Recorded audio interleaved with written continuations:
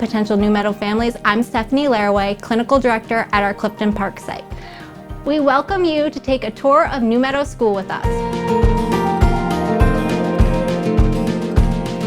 But first, let me introduce the directors.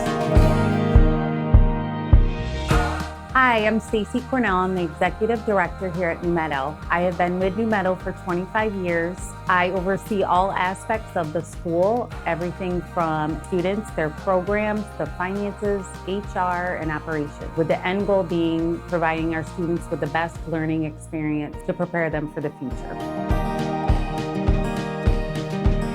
Hi, my name is Cindy Beauclair. I am the Associate Executive Director. I have been with Newmeadow for 14 amazing years and have seen great growth in both our agency and the students that have walked through our doors. My purview is the financial and human resources side of Newmeadow, which helps me support the students that we serve, which makes my job even better.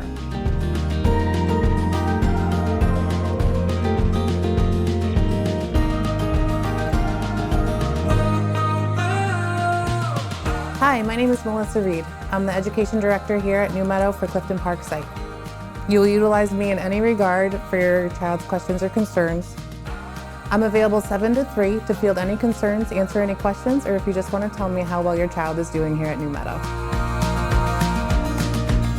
Hi, I'm Stephanie Laraway, Clinical Director at Newmeadow. I have my master's degree in Applied Behavior Analysis and Autism, and I'm a board-certified behavior analyst. At Newmeadow, I guide the development and implementation of applied behavior analysis in all of our programs. I'm a great resource to discuss your child's ABA clinic programming or to discuss any challenging behaviors you may be experiencing at home. Hello and welcome. My name is Ramona Granelli, and I am the Regulatory Compliance Director here at Newmeadow. I have been associated with Newmeadow for 20 years and have been employed for over 16. In my role, I work with the management team to ensure compliance with all applicable laws, regulations, internal policies, and industry standards, as well as oversee building safety and security. If you have any questions or concerns, please feel free to reach out. Thank you and enjoy your tour.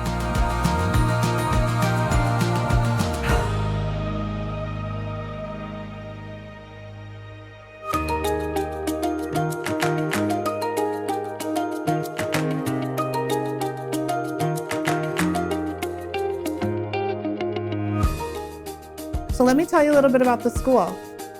We have 12 classrooms in this facility. We can hold up to 165 special education students and 65 general education students. You can request a separate tour of our Fort Edward site or head over to our website to see our sister location. We provide speech therapy, occupational therapy, physical therapy, and ABA clinic discrete trial training. We strive to educate all children, including those with autism and other special needs. We do this by preparing them for learning and life through techniques associated with applied behavior analysis. Don't worry, we'll dive into that when we get into the ABA clinic. We are an open enrollment school, so after this video, if you are interested in our program, call us no matter the month. You can read more about how we got started on our website under the About Us tab. For now, let's move forward to the classrooms.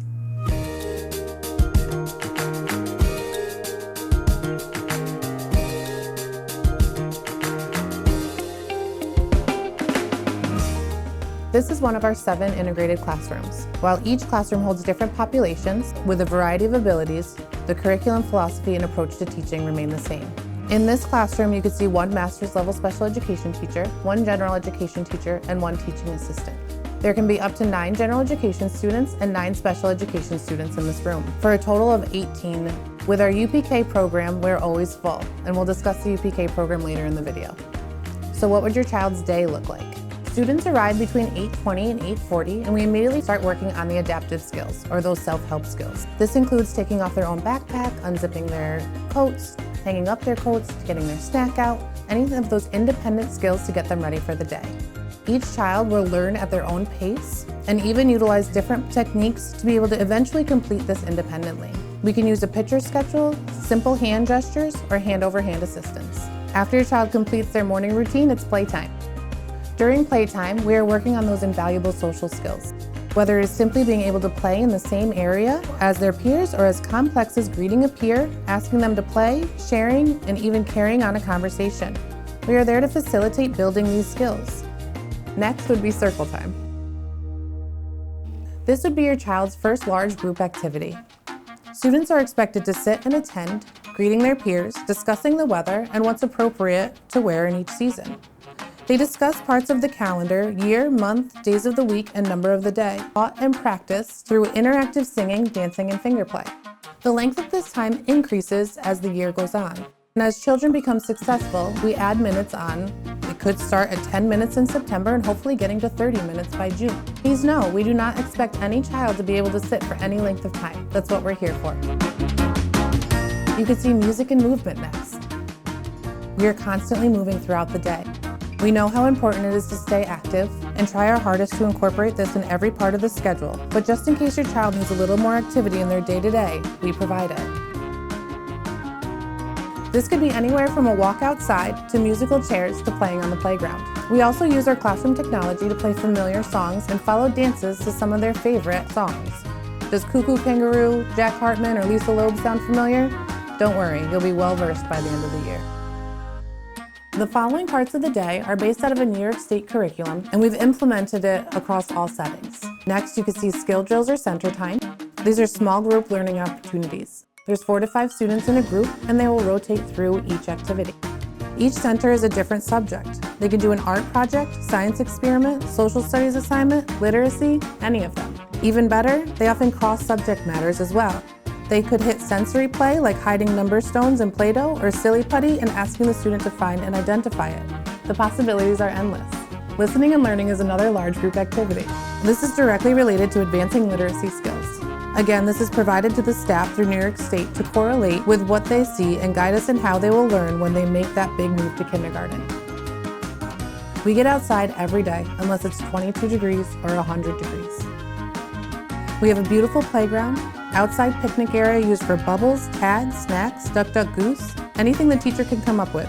If it's raining, we have a covered area outside that they can do chalk, hula hoop, and ball play. We do host snack and lunch in the classroom. Parents or guardians provide both snack and lunch. We encourage students to eat their healthy foods first before their snacks and candies and cookies. We work on following familiar routines, hand washing, setting up eating area, cleaning it up, and social skills during these times. Asking for more, initiating with a peer are all skills you may see if you were to observe at these times. Let's move on to our self-contained classrooms. In the 1212 classrooms, you can see a master's level special education teacher, 2 teaching assistants, and we add 1 teaching assistant anytime they need a one-to-one aid. These classrooms hold up to 12 students, all with an IEP indicating special needs. We have 4 here in Clifton Park. We also have an 813 classroom. This classroom is made up of 8 students, 1 special education teacher, and 3 teaching assistants. The 1212 schedules look very similar to the integrated schedules. They do use a version of the curriculum aligned with New York State standards and are well modified and adapted to meet your child's needs. The differences you will see here in the self-contained classroom are more staff prompting, assisting the individual child, decreased time for each activity. While an integrated circle time goal is 30 minutes, a 1212 may be 15.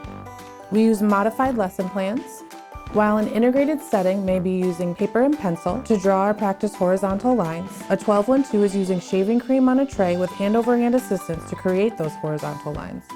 And like every classroom, individualized plans are always an option if the student is not progressing efficiently.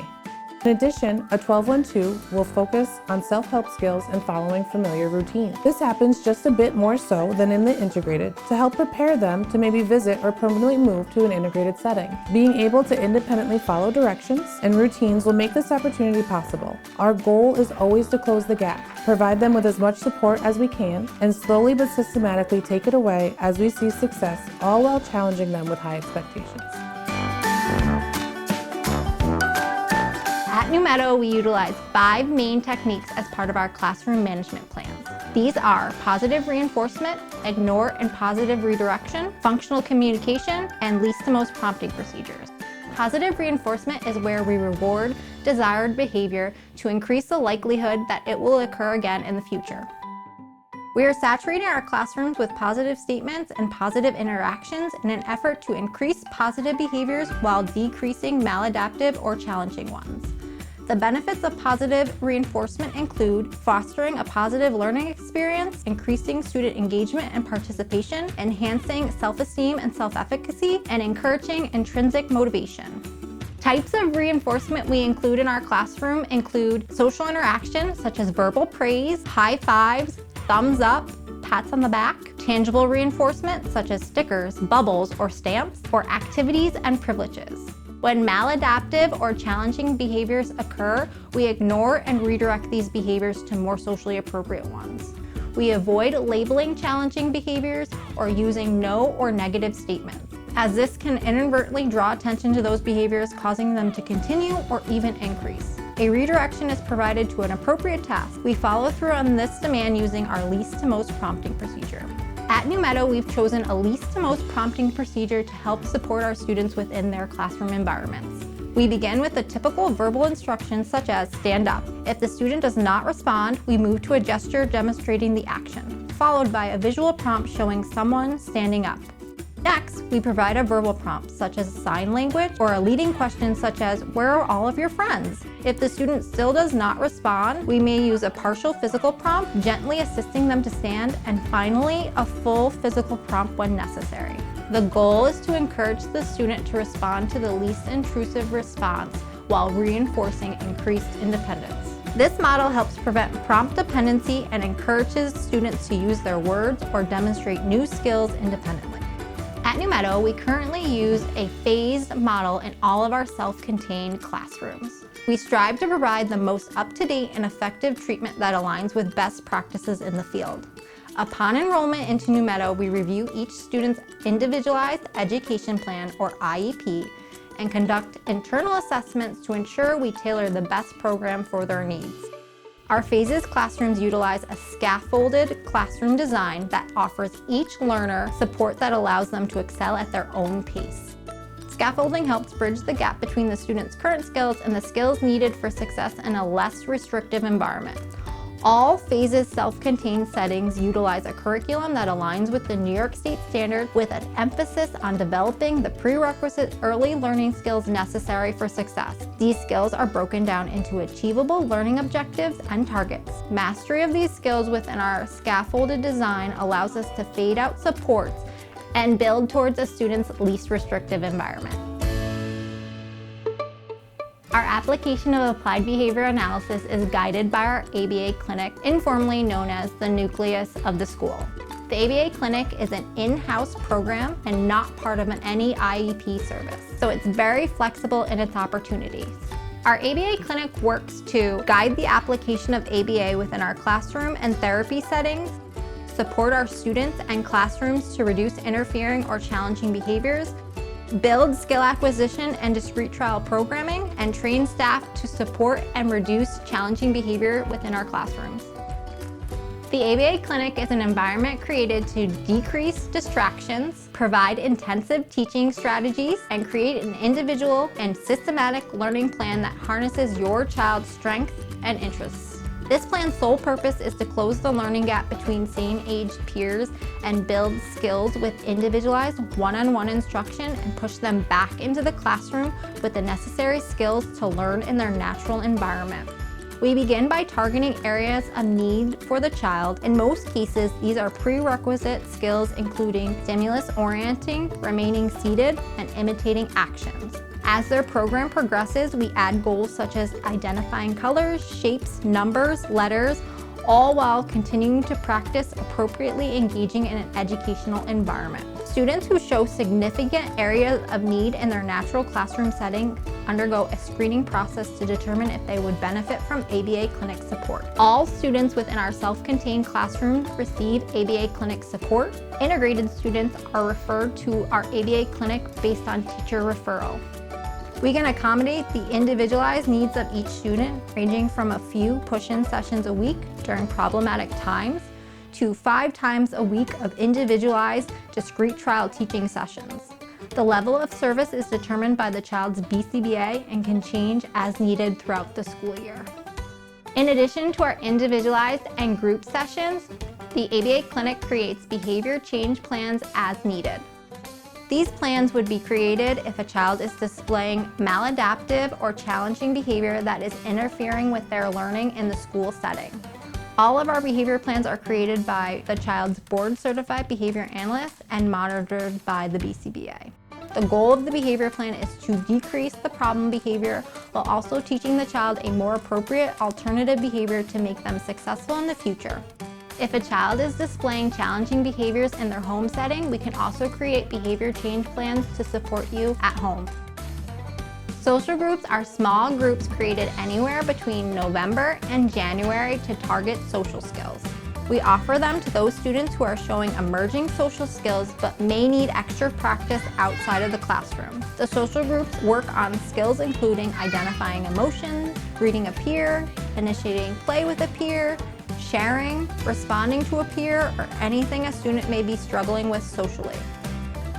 A large component of ABA is data collection. ABA relies on data collection to ensure our techniques and supports are successful and our students are progressing. Collection of data allows us to make purposeful changes to a student's program based on evidence. This system works to help ensure optimal success on any skill being taught. At Newmeadow, we work on providing therapy with a focus on your child's IEP goals. You may see your child tracing shapes in OT or walking a balance beam in PT. In speech, they could be playing a game, using a cause and effect toy, or using their pecs to request more bubbles. It is all based on the individual need. We then work to push the child back into the classroom to practice the skills learned in their therapy setting. That's it for our tour. Thank you for joining us. We can't wait to meet you! Bye!